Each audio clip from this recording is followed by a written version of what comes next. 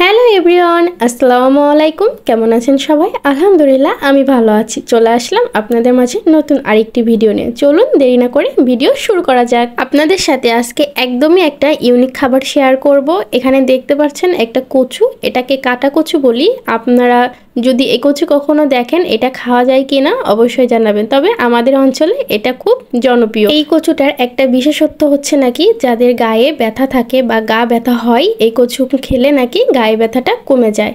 তো আম্মু এখানে একটা কচু উঠে এনেছে। কচুটা হচ্ছে মাটির নিচে ছিল। কচুটার গোড়া থেকে মাথা পর্যন্ত যতটুকু নেওয়া সম্ভব হয় আম্মু সবটুকু নিয়ে এখন কচুটাকে ছিলে নেবে। এখানে কচুর গায়ে হচ্ছে কাটা, তাই আবার সাবধানে কচুটাকে ছিলতে হবে। কচুটা ছেলার সময় খেয়াল রাখতে হবে কচুর যেই গায়ে সবুজ অংশটুকু আছে সেই অংশটুকু সহ কচুর গা থেকে খোসা ফেলাই দিতে হবে। খোসা ফেলায়ে কচুটাকে ধুয়ে নেব। আমাদের অঞ্চলে এটা জনপ্রিয় হলেও আমি প্রথমবারের মতো এটা ট্রাই করতে যাচ্ছি। আপনারা কখনো এই কচু খেয়েছেন কিনা অবশ্যই কমেন্ট করে জানাবেন। এখন এটাকে ধুয়ে নিয়ে এটা আবারও কুচি করতে হবে, যেহেতু এটাকে বেটে নেব। যতটা সম্ভব পাতলা আর ছোট ছোট করে কেটে নেব, যেহেতু আমরা এটা ব্লেন্ডারে বেটে নিচ্ছি। আপনারা চাইলে শিলপাটায় বাটতে পারেন। তবে এই কচুটা কাটার সাথে সাথেই কেমন কালার পরিবর্তন করছে দেখেন।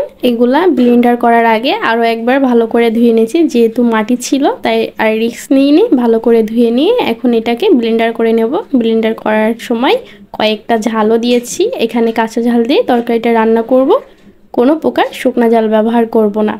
ব্লেন্ডারের সময় খেয়াল করতে হবে কচুটা যেন একেবারে পুরোপুরি বাটা হয়ে যায়, আস্ত দানা যেন কচুর ভিতরে না থাকে। এখন এটাকে ব্লেন্ডার করে নেব। ব্লেন্ডার করার জন্য কচুর মধ্যে সামান্য পানিও দিয়ে নিয়েছি, যাতে কচুটা ভালোভাবে ব্লেন্ডার হয়ে যায়।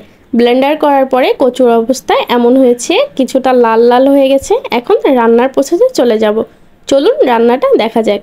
প্রথমে চুলায় কড়াই বসিয়ে এর মধ্যে দিয়ে দেব তেল।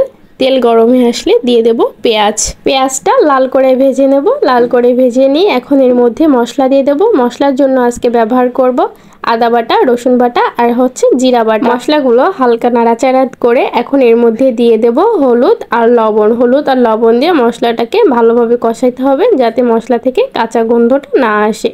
মশলা কষানোর সময় সামান্য পানিও দিব। মশলাটা কষানো হয়ে গেলে এখন এর মধ্যে দিয়ে দেব আগে থেকে বেটে রাখা সেই কাটা কচু বাটাগুলো দিয়ে মশলার সাথে ভালোভাবে ভেজে নেব যতক্ষণ না কচুর পানিটা শুকিয়ে আসছে। এই পর্যায়ে একাধারে নাড়তে হবে যেন নিচ থেকে পুড়ে না যায়। বেশ কিছুক্ষণ নাড়াচাড়া করে কচুর পানিটা শুকিয়ে আসলে এখন এর মধ্যে দিয়ে দেব কিছুটা পানি, যাতে কচুটা পুরোপুরিভাবে সিদ্ধ হয়ে যায়। পানিটা দেওয়ার কারণ হচ্ছে যে কচুটা একটু শক্ত ছিল, আপনাদের প্রথমেই দেখেছিলাম।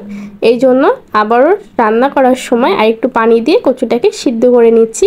আর কচুটা একদম ভাজা ভাজা অবস্থায় নামাইতে হবে। পানিটা শুকিয়ে আসলে আর নিচ থেকে লেগে গেলে বুঝতে হবে ভাজা কমপ্লিট হয়ে গেছে। এই অবস্থায় চুলা থেকে নামিয়ে নিব। প্রথমবার ট্রাই করে এটা আমার কাছে অনেক ভালো লেগেছে, চাইলে আপনারাও ট্রাই করে দেখতে পারেন। এই ছিল আমাদের আজকের রান্না। ভিডিও ভালো লাগলে অবশ্যই লাইক, কমেন্ট, শেয়ার করে পাশে থাকবেন। ধন্যবাদ।